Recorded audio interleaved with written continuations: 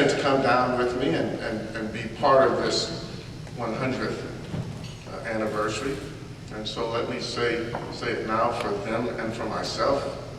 Congratulations, St. Stephen's, on the first 100.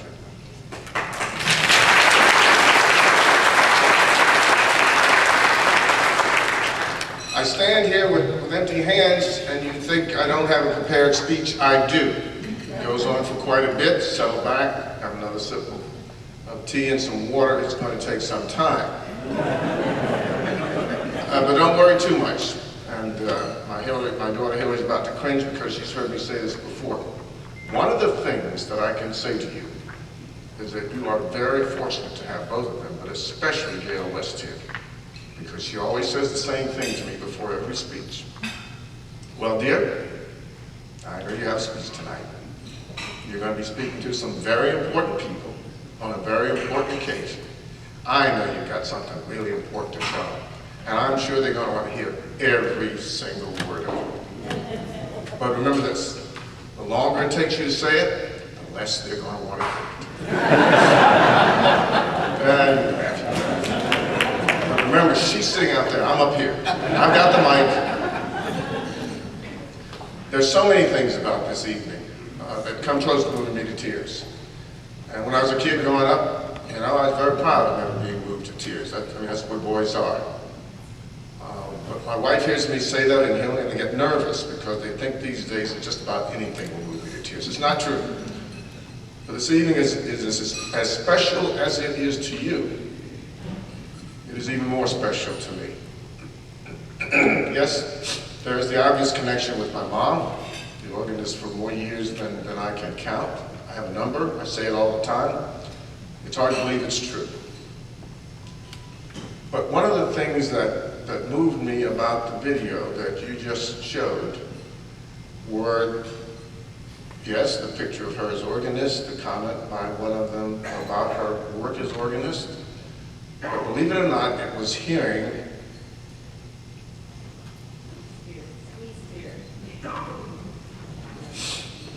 was one of her favorites. It was one of my wife's mother's favorites, and it was played at our first daughter's wedding. So, there is a sweet spirit in this place. There always has been at St. Stephen's. What do you want me to talk about tonight? Well, let me just say that I got a set of very clear instructions. I got this letter from the chairman of your gala committee, and I remember thinking, oh, this is so wonderful. Say I'll be there. No, I don't have any expenses. Don't worry, I'll make all the arrangements. And so I didn't read it carefully, and she probably was a little puzzled when she got a question back from someone in my office and said, well, what do you want him to speak about? Because she probably thought, can the guy not read?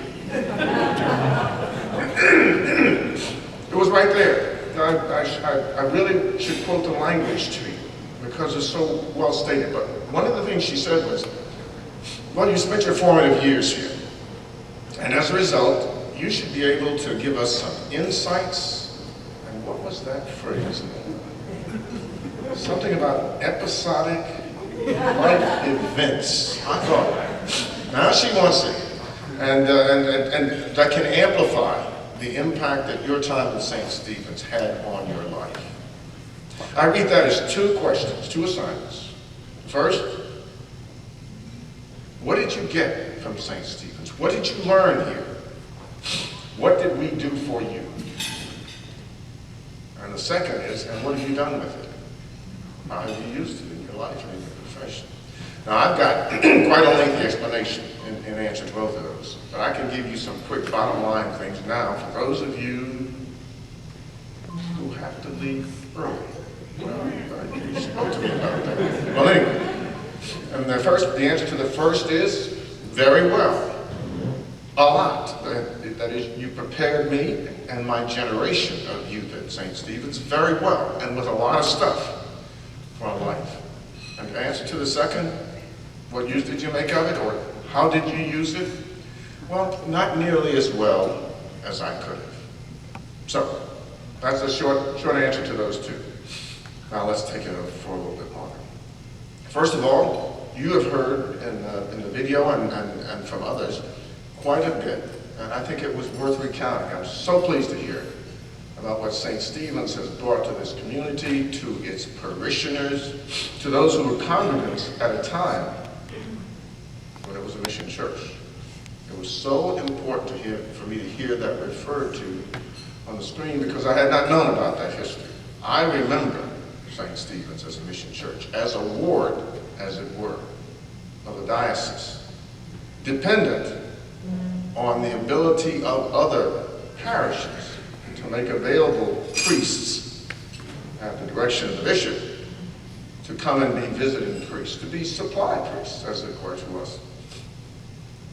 In fact, that's one of the lessons I learned as I get into a description of the lessons about the ability of this church to persist, to survive, and even to flourish from the time of its founding until almost 70 years later, when it became a parish of the diocese. What a wonderful milestone.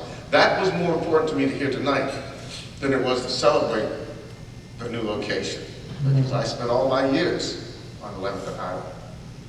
It was a small place. It was rather constrained quarters.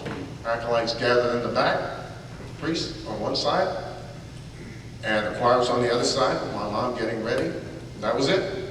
We came around the front of the church and processed in. Melton Sadler, who introduces himself on the screen, is Champ Sadler. Remembers that time well. And for others who were with me as youth in this parish, this congregation at that time. So, what then did my generation of youth, let's say roughly the 50s, let me be clear. I was born in 1942. I left St. Stephen's to go to Washington, D.C. to go to Howard University in 1960. That is the period of my time here. And so that generation of youth, most of it, yes, the 8 years of the 40s, but the 50s, that's when we were alert to what was happening around us. And you heard the things that we did. Because the rest of the youth with me did the same things, the young adult group. Some of the young ones were even well, later, as we became teenagers, in the choir, under my mother's jurisdiction. Albert Anderson and others were fellow acolytes. Oh, and you know, being an acolyte was a serious thing for us then, as I'm sure it is now. St. Stephen's was a church of smells and bells.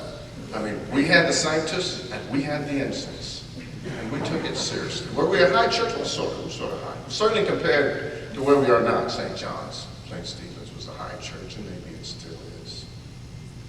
But what do we expect that a church will give its youth? Lessons.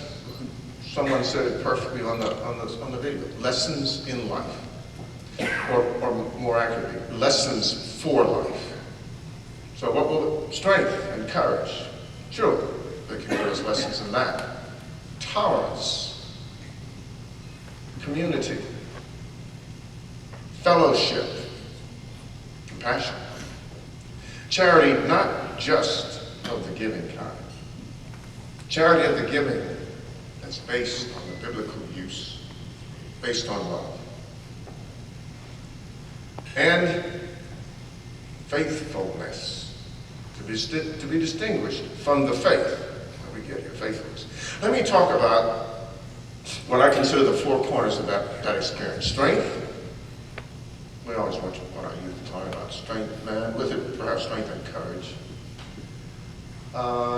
Compassion and charity. And I think faithfulness. So, because you have limited time, I can keep you here long enough to just go from here to the service tomorrow. Let me just deal with two of those four in terms of experiences at St. Stephen's that would have given us, and what I call my generation of St. Stephen's youth, that lesson. First of all, strength. And I've already referred to it. I've referred to the fact that at the time that we were youth at St. Stephen's, we didn't know the toings and froings of the vestry. We didn't know the discussions the clergy were having about how the